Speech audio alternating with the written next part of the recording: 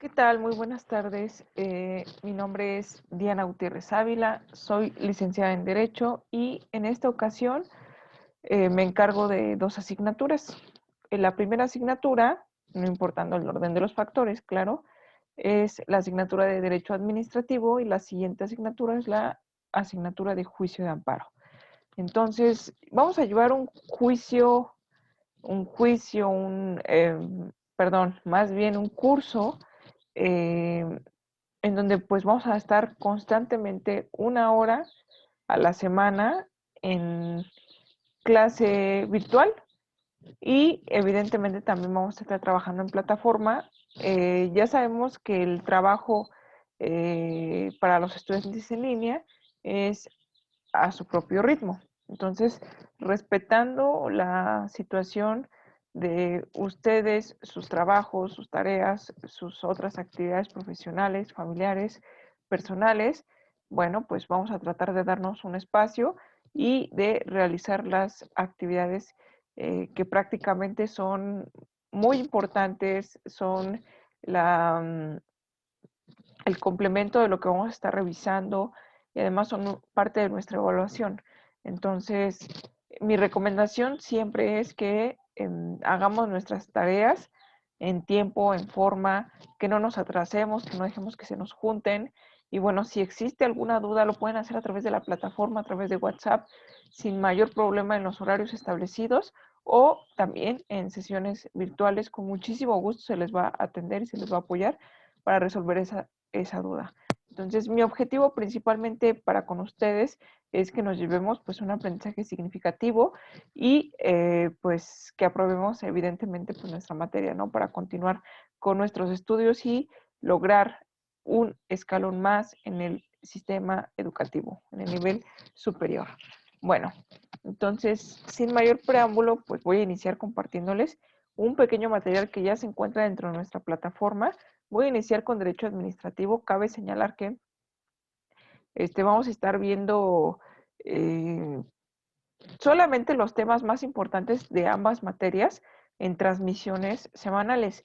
No podemos revisar todo el temario, es imposible que revise todo el temario de dos asignaturas en una sola hora a la semana. Voy a tocar temas torales de las asignaturas. Sin embargo, sí es importante iniciar con un aspecto introductorio para que ustedes pues vayan agarrando precisamente pues la noción, la introducción, se vayan introduciendo de forma correcta a el derecho administrativo. Entonces, pues vamos a iniciar primero con conceptos generales del derecho administrativo. Como podemos ver, más adelante les enseñaré el uso y manejo de la plataforma. Como podemos revisar aquí, me parece que algo de lo más importante que podemos revisar dentro de las asignaturas, sobre todo de derecho administrativo, es relacionarlo mucho con la administración pública. Es por eso que si entendemos y o relacionamos a estas alturas del partido el concepto de derecho, entendiéndose como un conjunto de normas jurídicas que regula la conducta del individuo en sociedad, también podemos pues tomar esa idea del concepto de derecho. Yo en realidad me gusta mucho la diversidad en cuanto a diversas acepciones, sobre todo cuando se trata de derecho, porque las interpretaciones son bastante distintas. No hay una definición certera, legal propiamente. Puede haber muchas genéricamente aceptadas por varios juristas, por varios estudiosos del derecho, pero no hay ninguna uniforme en un sentido en el cual pues podemos interpretarlo, robustecer. Eso es lo enriquecedor de la licenciatura en Derecho, en realidad. Toda vez que pues, nos vamos justamente en un grado interpretativo, pues vamos a poder interpretar todo este sistema jurídico hace, obviamente un sistema jurídico que nosotros pues traemos, heredamos, tiene su historia propiamente, un sistema germano-románico y después una historia del derecho mexicano, en el cual, bueno, fuimos evolucionando ciertas figuras, instituciones, principios, leyes, códigos, constituciones inclusive, ¿no? Y que hacen pues enriquecedor todo lo que hoy en día tenemos. Y así también, bueno, pues su aplicación, yo podría tener una opinión que sí puede ser distinta, ¿no? A la cuestión idónea o el deber ser, ¿no? En cuanto a una pragmática jurídica, me parece que no se respeta. Sin embargo, bueno, dejando a un lado esa idea o ese punto de vista, regresemos a la parte importante. El derecho, bueno, como una acepción generalizada, aceptada, pues tenemos que es un conjunto de normas jurídicas que regula la conducta del individuo en sociedad. Entonces, en esa tesitura podemos involucrar ahora la parte administrativa dentro del derecho, un conjunto de normas jurídicas que regula la conducta, en este caso de los sujetos. Aquí propiamente no nos vamos de forma estricta o de forma amplia a tratar sobre el individuo. Aquí ya tenemos en el derecho administrativo, hay que entender que existen sujetos del derecho administrativo, que cabe resaltar también que el derecho administrativo pertenece a la rama del derecho público.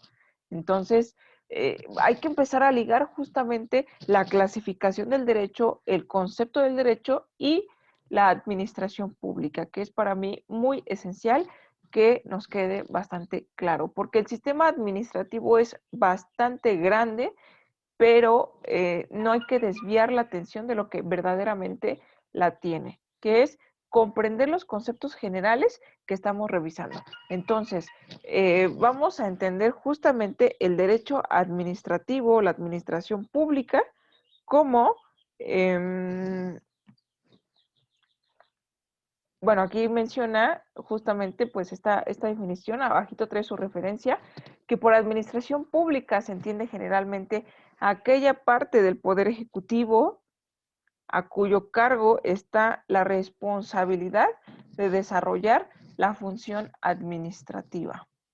De esta manera, la administración pública puede entenderse desde dos puntos de vista. Uno orgánico, al que se refiere a un órgano o conjunto de órganos estatales que desarrollan la función administrativa.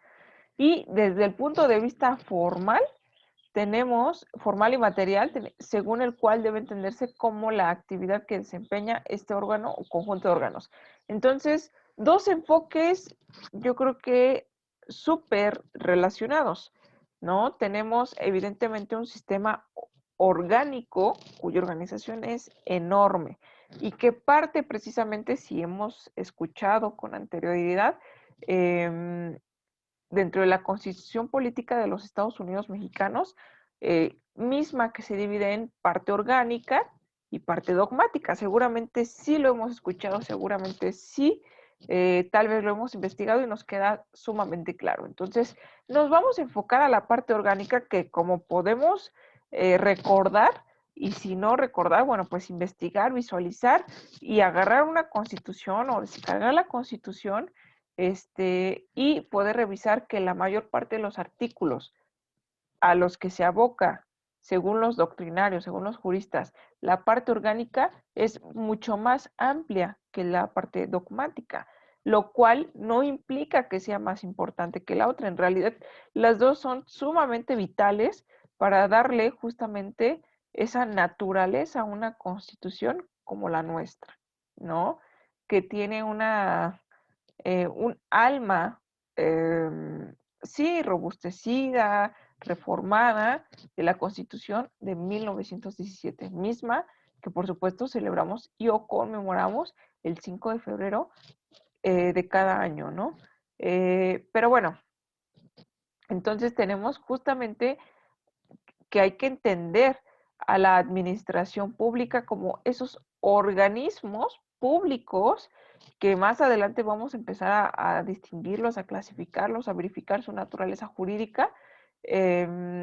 ¿Para qué? Pues para que lo podamos comprender con una mejor medida, porque vamos a empezar a estudiar a esos órganos y la función que tiene dentro de lo que es la administración pública, ¿no? Por eso, en la parte formal y material, nos abocamos a la actividad que desempeña este órgano y o conjunto de órganos. Entonces, el tratadista, vamos a revisar otra situación con uno de los doctrinarios del derecho más sonados, importantes, renombrados del derecho, que es Miguel Acosta Romero, señala que la administración pública es la parte de los órganos del Estado que dependen directa o indirectamente del Poder Ejecutivo. He ahí el meollo del asunto, o sea, el punto principal de toda esta situación de la administración pública principalmente, ¿no? Y del derecho administrativo, por lo tanto. Entonces, aquellos órganos del Estado que dependen directa o indirectamente del Poder Ejecutivo tienen a su cargo toda la actividad estatal que no desarrollan los otros poderes, tomando en consideración que existe la división de poderes para su debido ejercicio, tomando en cuenta y hay que tenerlo muy presente que existe el supremo poder de la federación, que para su ejercicio se divide en tres, en el poder ejecutivo, que es todo este órgano que vamos a estar estudiando, en el poder legislativo, comprende un sistema bicameral, y el poder judicial, bueno, que también es importante en cuanto a su organización y en cuanto a la función de sus actividades. Entonces, imagínense el derecho administrativo abocado exclusivamente al estudio de los organismos públicos del Poder Ejecutivo, que dependen directa o indirectamente del Poder Ejecutivo. Su acción es continua y permanente, siempre persigue un interés público, adopta una forma de organización jerarquizada y cuenta con, inciso A, elementos personales, inciso B, elementos patrimoniales, inciso C, una estructura jurídica e inciso D, procedimientos técnicos. Y es aquí también la parte importante que quiero destacar dentro de estos requisitos. Me parece que ya va empezando a tomar forma, ¿no?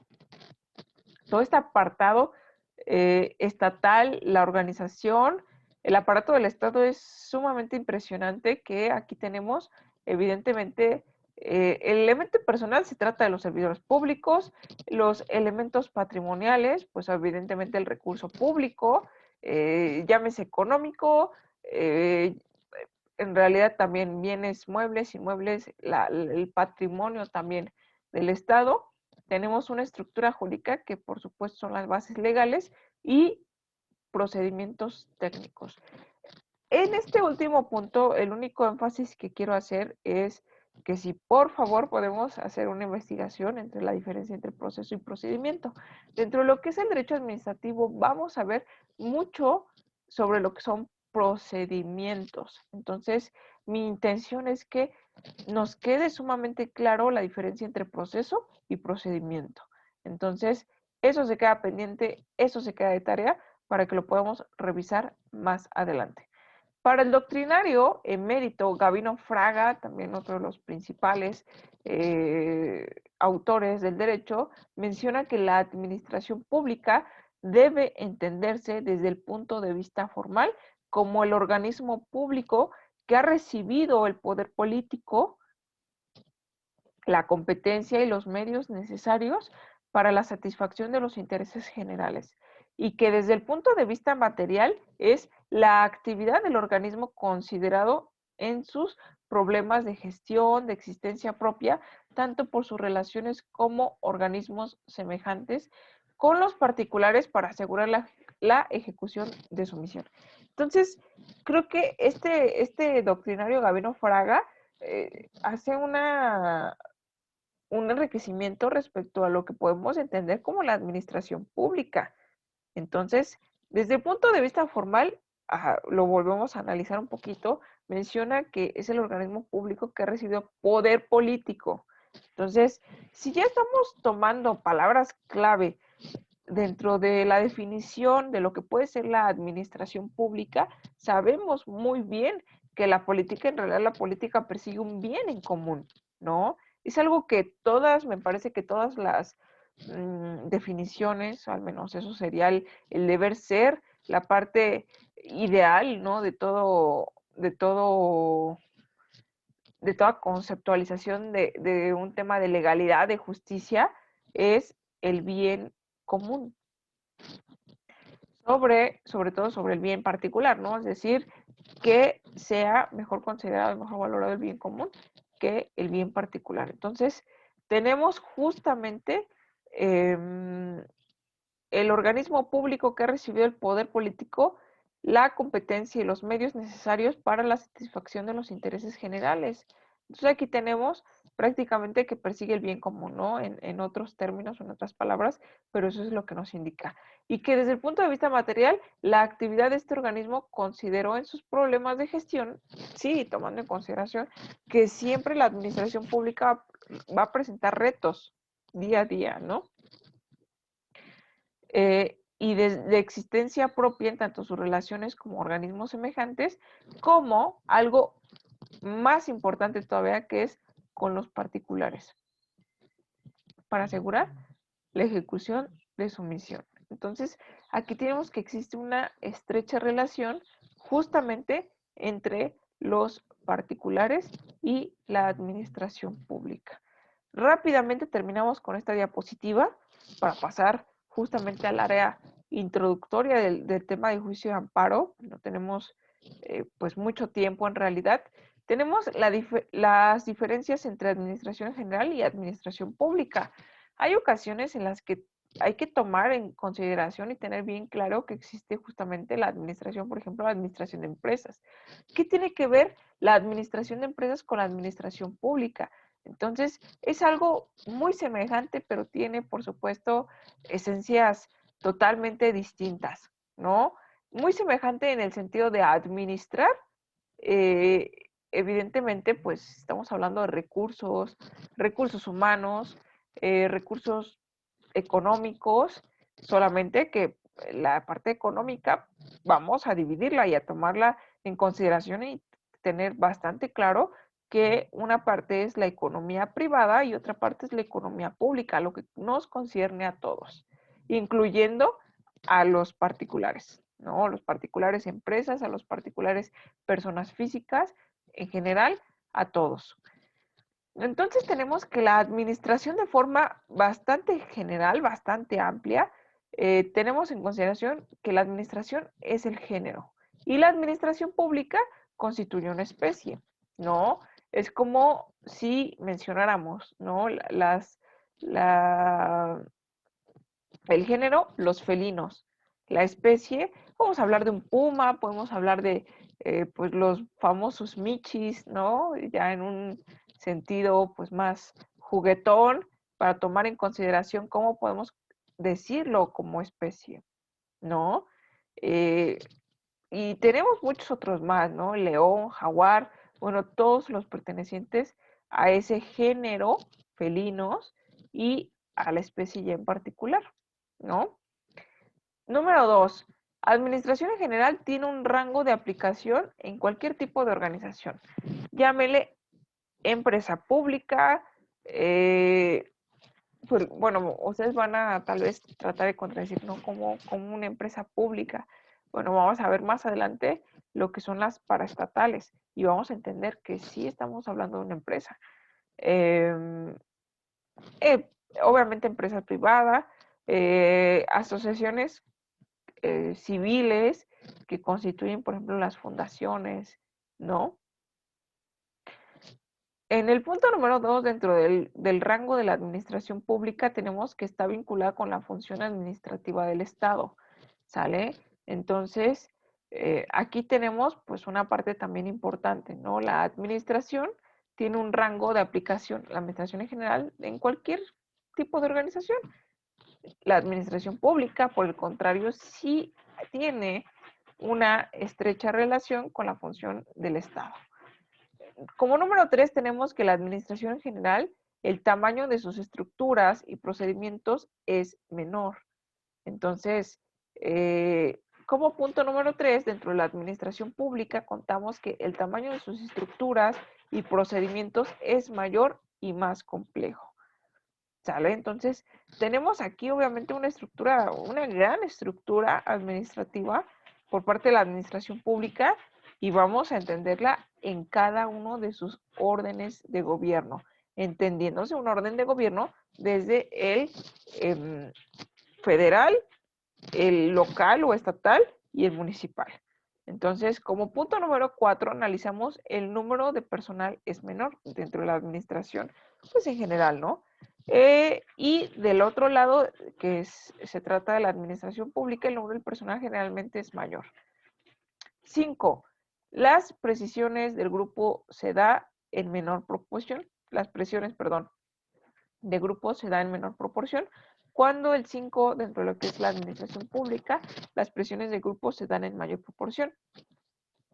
Y ustedes se preguntarán, ¿qué tipo de presiones? Bueno, pues hay un montón de cosas que podemos poner como ejemplos, pero creo que en nuestra vida cotidiana es muy similar, ¿no? Organizaciones, sindicatos, eh, eh, tenemos en realidad bastante presión social por la parte política, ¿no? Por la parte política, por la parte social, programas sociales, tenemos acceso a sistemas de justicia, personas desprotegidas, organismos nacionales, internacionales, que se dedican al apoyo de ciertos sectores en particular, ¿no? Entonces, todo ello implica presión social, ¿no? Lo que, por ejemplo, la presión en el apartado privado, pues se ejerce en un menor sentido, ¿no? En cambio, la social, bueno, pues es bastante mediático inclusive, ¿no? Podríamos mencionarlo de esa manera.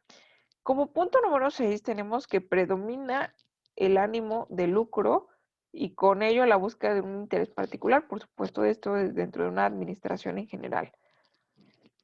Como número 6, dentro de lo que es la administración pública, menciona que tiene como finalidad el interés público. Con número 7, entendemos que hay menor rigidez legal y reglamentaria. Y por la administración pública hay mayor rigidez legal y reglamentaria. Bueno, esto lo vamos a hablar con mayor detenimiento posteriormente. Como punto número 8, dentro de la administración general tenemos menor dinamismo y en el 8, en la administración pública, tenemos mayor dinamismo. Esto depende obviamente, pues, el ente público que vamos a analizar. Punto número 9, los medios con los cuales cuenta son más limitados. La 10, dentro de la administración pública, en el punto número 9 tenemos que hay diversidad de medios. Y por último, el punto número 10 dentro de la administración general menciona que el mando es más restringido y dentro de la administración pública tenemos múltiples mandos.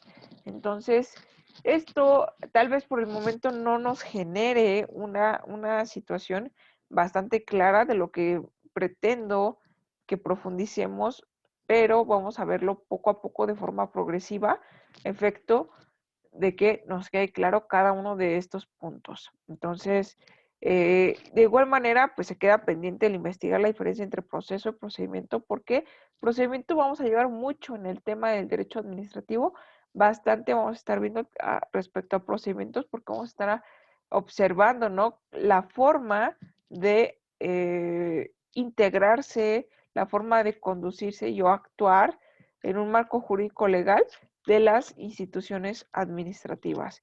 Entonces, para ello, pues tenemos que tener bien claro lo que es proceso y lo que es un procedimiento.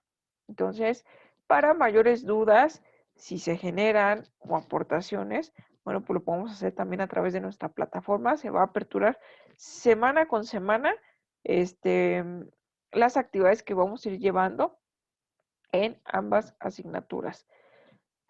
Bueno, entonces vamos a pasar justamente a la otra diapositiva también.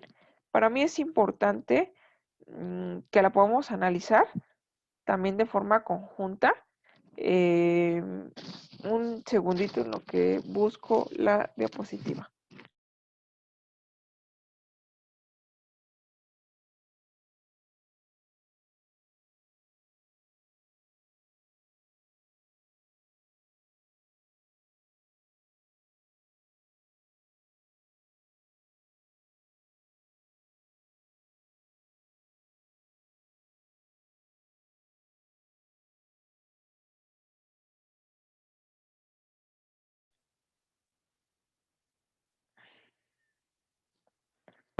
Bueno, ya regresamos, por ahí un poquito, apagué cámara y micrófono, efecto de que se viera mejor. Y tenemos justamente esta diapositiva que quiero compartir con ustedes, que es el juicio de amparo. Voy a hacer más grande la diapositiva. A veces el presentación en diapositivas, bastante bueno, pero luego pierdo un poquito el control de las diapositivas. Creo que ya está un poco muy grande, pero aquí la parte importante también es este cuadro, que incluso tiene, por supuesto, sus derechos de autor, que es la Comisión Nacional de los Derechos Humanos de México, ¿no? Dedicada propiamente al tema del amparo, o el juicio de amparo. Primero, aborda el juicio de amparo. ¿Qué es? Lo define en su cuadro, como lo vemos en su cuadro superior izquierdo, que es un derecho y medio de defensa que protege a todas las personas mexicanas por igual ante las leyes. Entonces recordemos, híjole, desde nuestro artículo primero constitucional, que todos somos iguales ante la ley, ¿no? Sin ningún tipo de discriminación, entonces, o distinción, ¿no? Que es como lo maneja raza, género, sexo, preferencias sexuales, ideales políticos, religiosos. En realidad, la diversidad es parte de una cultura, ¿no? Que se enriquece cada vez más y que de todas formas, pues tenemos esa igualdad ante la ley. Entonces, protege a todas las personas mexicanas por igual ante las leyes. Actos u omisiones de autoridades que violen sus derechos humanos. Esta parte es esencial porque además estamos hablando también de autoridades. Entonces, a mí en lo particular me gusta, o lo veo oportuno también a efecto de que nos podamos enriquecer mucho más con, con, con ambas materias. Es decir, juicio de amparo con derecho administrativo. ¿Por qué lo menciono o por qué lo digo? Porque me gusta estar relacionando el derecho administrativo con el juicio de amparo, que además sí tienen una relación. A veces cada rama o área del derecho podemos encontrar una relación con algunas otras ramas del derecho. Entonces, en cuanto al derecho administrativo, vamos a estar estudiando y aterrizando, siendo bastante precisos en el tema del poder público, organismos públicos, su revestimiento como autoridad. Entonces, eh, dentro del juicio de amparo, protege a todas las personas mexicanas por igual ante las leyes, ante los actos u omisiones de las autoridades que violen sus derechos humanos.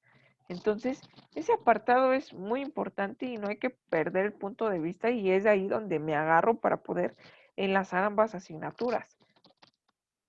En el cuadro superior de la derecha encontramos que en el juicio de amparo intervienen, tenemos principales dos sujetos procesales. Vamos a revisar más sujetos procesales y más supuestos. Ahí sí me gustaría que empezáramos a tomar nota, a que empezáramos no nada más a confiarme, ¿no? Que se encuentra el material dentro de la plataforma, sino que también pusiéramos ese análisis que conlleva ya este material y obviamente el material también que podamos encontrar en internet, que es bastante también enriquecedor, ¿no?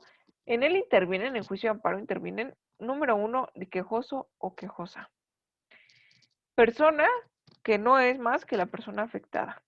Como punto número dos tenemos que también la autoridad responsable es quien interviene dentro del juicio de amparo, que es una, creo que también un sujeto toral, ¿no? Dentro de lo que es el juicio de amparo, porque es la autoridad que emana el acto reclamado, es decir, la autoridad que viola esa garantía, ese derecho fundamental del quejoso, que es la persona afectada. Si le bajamos un poquito, bueno, pero no tanto, se quedó ya muy abajo.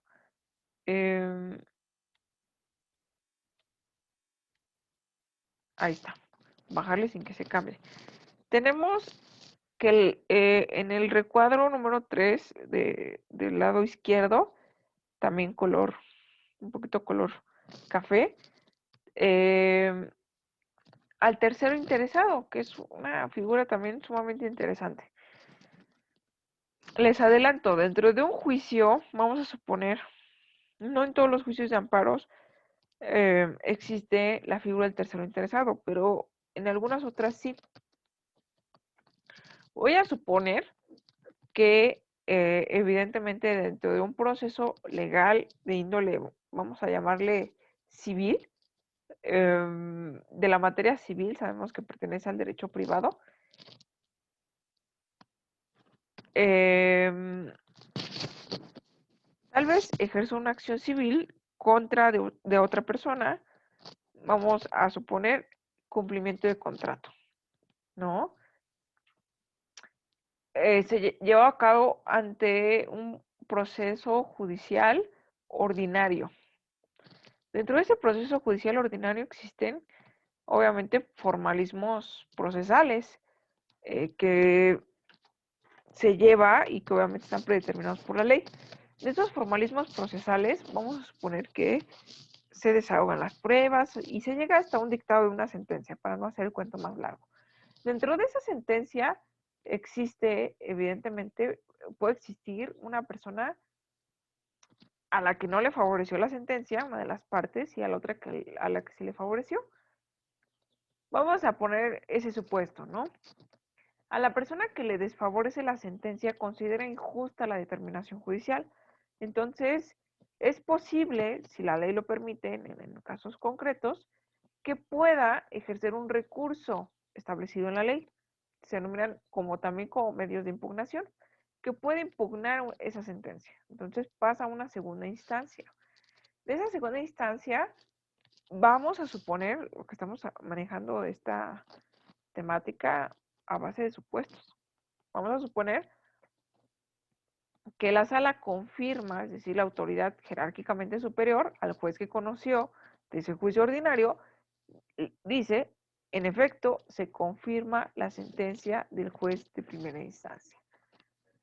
Incluso ahí aparece un malletito, ¿no? Se confirma y es como prácticamente y fin, ¿no? Punto final. Pero ese punto final se puede convertir en puntos suspensivos, diría yo, si vamos a suponer que siguen conforme el afectado por la sentencia de primera instancia y confirmado por la sala, ¿no? Por la segunda instancia.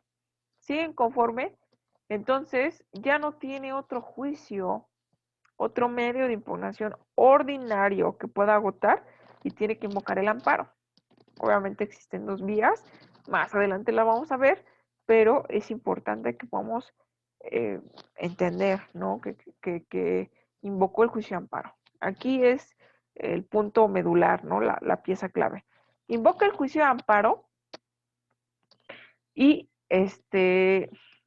solicita la protección de la justicia federal, el amparo y la protección de la justicia federal en los términos que los haga valer, ¿no? Esa parte creo que ya la vamos a abordar más adelante. Aquí vamos igual, ¿no? Con una pequeña introducción al tema del juicio de amparo. Entonces, vamos a pensar bajo un supuesto de que se le concede el amparo. Si se le concede el amparo a la persona que perdió el juicio mediante una sentencia definitiva en primera instancia y en segunda instancia, la contraparte de ese juicio ordinario, es decir, la persona que había ganado la sentencia, ¿cómo quedaría ante esta determinación en el juicio de amparo? Bueno, pues esta persona que ganó la sentencia en realidad, porque el amparo vamos a ver que ataca actos de autoridad, que ya lo checamos también, ¿no? Que un acto de autoridad, a lo mejor por el juez que no valoró debidamente, que no admitió determinada prueba, que era pues importante, ¿no? Para la resolución de una sentencia, el supuesto que nos podamos imaginar por lo mientras, ¿no? Entonces, dentro de esa situación, la parte que ganó la sentencia, dentro del juicio de amparo, porque si se le concede el amparo al quejoso, que es quien lo invoca, hay una persona que puede estar siendo afectada por esa determinación del amparo, si es concedido al quejoso. Y esa persona se llama tercero interesado, porque prácticamente quien invocó el amparo fue la persona afectada, contra quien va el amparo son contra actos de autoridad, y quien lo está conociendo pues también es una autoridad federal, ¿no? Entonces, eh, pues son tres sujetos hasta el momento, donde no, el tercero interesado se denomina así. Anteriormente, antes de una reforma legal a la Constitución, se denominaba tercero perjudicado. ¿Por qué? Creo que por obvias razones, ¿no? Si se le concede el amparo al quejoso, es evidente que le va a perjudicar a esta persona que había ganado la sentencia. Entonces, se denominaba tercero perjudicado. Con las reformas, por X o Y situación, ahorita no nos vamos a meter en ese punto, ahora se denomina tercero interesado. Ese es nuestro tercer sujeto que vamos a analizar. Realmente el amparo es bastante generoso, bastante bonito, bastante interesante y bastante importante para una vida jurídica. Entonces, como cuarto sujeto procesal vamos a entender la figura del Ministerio Público Federal. ¿Sale? Entonces, el Ministerio Público Federal es aquella institución que vela por la Procuración de Justicia. Entonces sabemos que el Ministerio Público en realidad es el representante social, ¿no? Entonces, regularmente si ya llevamos derecho penal, si ya conocimos parte del derecho penal, pues en ocasiones vamos a relacionar la figura del Ministerio Público pues con la materia penal, pero no siempre es de esta manera. Por supuesto que representa intereses, pero no es exclusiva de la materia penal. En realidad, ciertos hechos, inclusive que pueden ser constitutivos de delitos, se pueden dar y originar a raíz de otras ramas del derecho. Entonces, en el juicio de amparo existe la figura del Ministerio Público Federal justamente para representar los intereses del Estado y de las personas pues, que pueden ser vulnerables, ¿no? Podemos denominar menores de edad, podemos denominar personas con discapacidad, podemos denominar pues personas de la tercera edad. Entonces podemos poner muchos ejemplos, ¿no? Respecto a ello, pues me parece idóneo, importante que distingamos pues todo estos sujetos procesales y que sí, por supuesto, más adelante vamos a poder revisar y encuadrar perfectamente cuál es su papel dentro del juicio de amparo.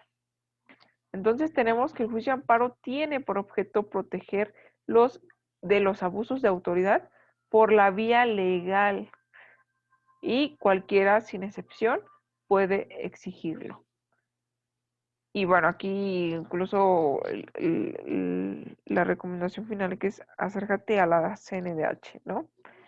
No es la única institución, por supuesto podemos analizar la función, la figura de la CNDH, la organización, la estructura, sus bases jurídicas, muchas cosas, ¿no? Este, pero pues sabemos, nosotros estamos aquí también para entender la figura del juicio de amparo, ¿no?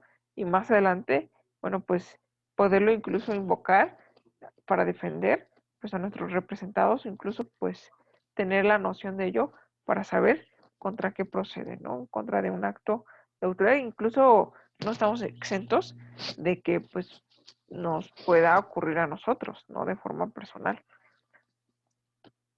La siguiente diapositiva, ahora sí voy a bajar el tamaño, está un poquito grande ya.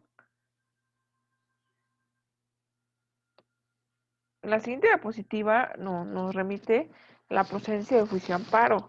Como parte introductoria podemos revisar que el artículo, de hecho es parte del fundamento jurídico, el artículo 103 de la Constitución Política de los Estados Unidos Mexicanos, también conocida como la Constitución Federal, también nombrada como la Carta Magna, prevé de manera limitativa los supuestos de procedencia del juicio de amparo. Entonces, No podemos invocar el juicio de amparo por cualquier motivo, eso debemos tenerlo bastante claro. Entonces, refiere dos casos específicos para la procedencia del juicio de amparo, es decir, para, para que se dé a trámite el juicio de amparo. Ahorita no nos vamos a meter con la resolución, ¿no? Que es algo más de fondo. Estamos viendo un poco las formas, ¿no? Número uno, cuando por normas generales, actos u omisiones de la autoridad se violan los derechos humanos reconocidos por la Constitución y por los tratados internacionales de los que México sea parte. Número dos, cuando en perjuicio de una persona se altera el régimen federativo de competencia con invasión en esferas de competencias entre las autoridades federales y de las de los estados de la ciudad y las de los estados o la Ciudad de México, perdón. Cuando invaden justamente competencia, ¿no? También es importante que al día de hoy tengamos claro la diferencia entre competencia y jurisdicción, ¿va? Entonces, otra tarea que tenemos, investigar la diferencia entre competencia y jurisdicción. Entonces, bueno, pues siguiendo con un poco respecto a esto, el juicio de amparo a veces nos cuesta trabajo definirlo, ¿no? El juicio de amparo es la tercera instancia, dicen unos, el juicio de amparo es un recurso, dicen otros, y otros niegan que sea un recurso si no lo ven como un juicio. Otros mencionan y dicen que es un medio de control constitucional. ¿A quién le asistirá la razón dentro de estas perspectivas? Bueno, es importante que tomemos en consideración lo que mencioné casi en un principio, que es la parte interpretativa, ¿no? del sistema jurídico, del derecho, y es justamente que podemos tener diversas excepciones. Más adelante debemos estudiar justamente por qué se denomina juicio de garantías, por qué justamente se está denominando medio de control constitucional, por qué se dice que es un recurso y por qué se dice que es una tercera instancia. Bueno, en nuestro régimen jurídico de derechos públicos individuales o derechos humanos de los gobernados frente a las autoridades forma parte del texto y contenido de nuestra Carta Fundamental, por lo que debe concluirse que el juicio de amparo, cuyo objeto primordial es la protección de tales derechos, es un medio de control real de la Constitución respecto a los apartados que se relacionan con los derechos humanos. El juicio de amparo como medio de control de legalidad. Bueno, este apartado también es importante, ¿no? Resulta innegable que el amparo en su estructura práctica contemporánea procede contra actos que violan directamente los postulados constitucionales, así como contra el mandamiento que mediante la violación de una ley secundaria implica la infracción indirecta a la Constitución. Si nos detenemos un poco a analizar este último párrafo, menciona que procede contra actos que violan postulados constitucionales, es decir, la Constitución, así como los mandamientos que mediante violación de una ley, es decir, es lineamientos, artículos legales de una ley federal, de una constitución local, de un reglamento, vamos a imaginarnos ahora la pirámide justamente constitucional en el aspecto de tomar en consideración, saber si se está violando un derecho de una ley, ¿no? Que protege la Constitución, pero que la ley está, una ley federal, vamos a suponer, está violando, ¿no? Entonces, esa jerarquía legal hay que tenerla bien clara y bien en cuenta a efectos de también comprender la materia de juicio de amparo. Entonces, nuestro juicio de amparo ha adquirido el carácter de medio de control de la legalidad desde el momento que el principio de legalidad fue incorporado a nuestro ordenamiento supremo a título de derecho humano. como en los tres últimos párrafos del artículo 14 y el primero del artículo 16. Obviamente son dos artículos torales para poder analizar y poder estudiar el artículo 14 y el artículo 16. Pero bueno, eso será en otro segmento de sesión clase. Eso me parece también un punto clave para poderlo tocar. Si quieren, mientras ustedes pueden ir haciendo un análisis de sus artículos. Hasta el momento no como actividad, pero sí va a llegar a ser parte importante de actividad, de análisis, de interpretaciones, ¿no? Que podamos hacer. El juicio de amparo protector de los derechos humanos reconocidos en tratados internacionales.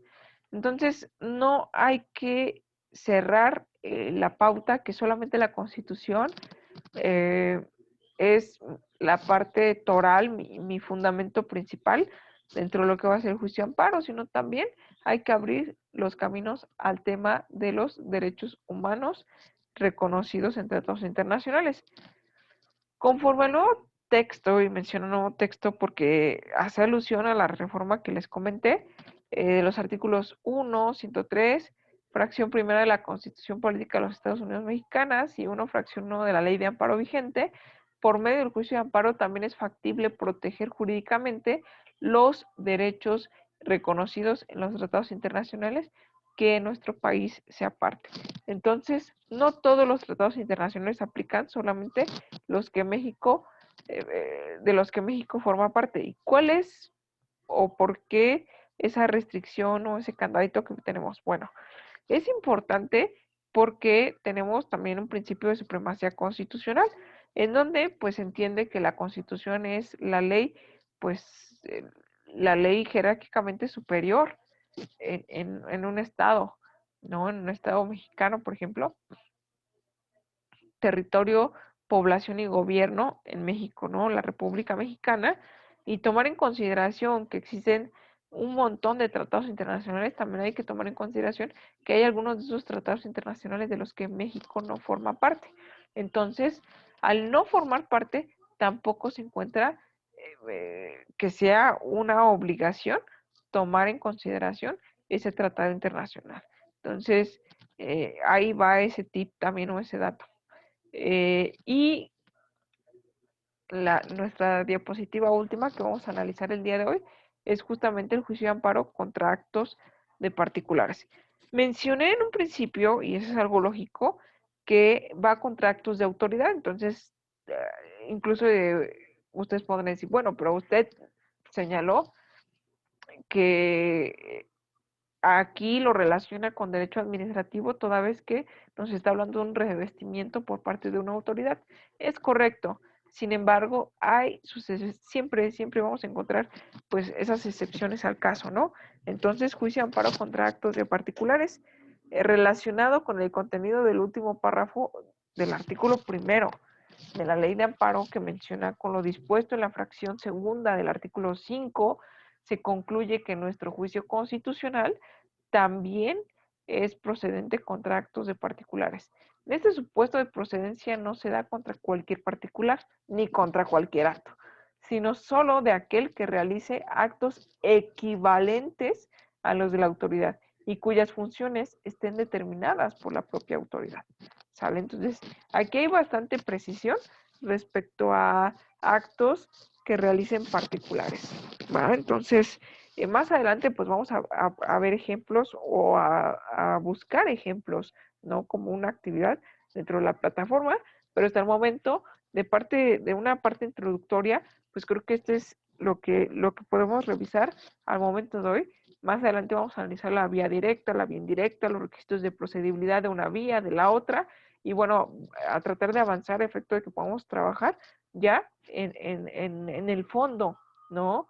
Del desarrollo de la audiencia constitucional, de evidentemente el alma del juicio de amparo, ¿no? Y tal vez ejemplos, porque existen en diversas ramas, ejemplos de juicio de amparo, análisis de tesis jurisprudenciales, efecto de poder determinar justamente nuestro criterio, ¿no? Y el criterio, sobre todo, de los tribunales federales y de las cuestiones aplicables justamente en materia de amparo. Y también, ¿por qué no relacionarlo con el derecho administrativo? Entonces, bueno, pues me gustaría que si existen dudas, aportaciones, no nos quedemos con ellas y que podamos externarlas a través de la plataforma, a través de WhatsApp. Tenemos los medios, tenemos el tiempo, vamos iniciando, es un buen momento siempre, ¿no?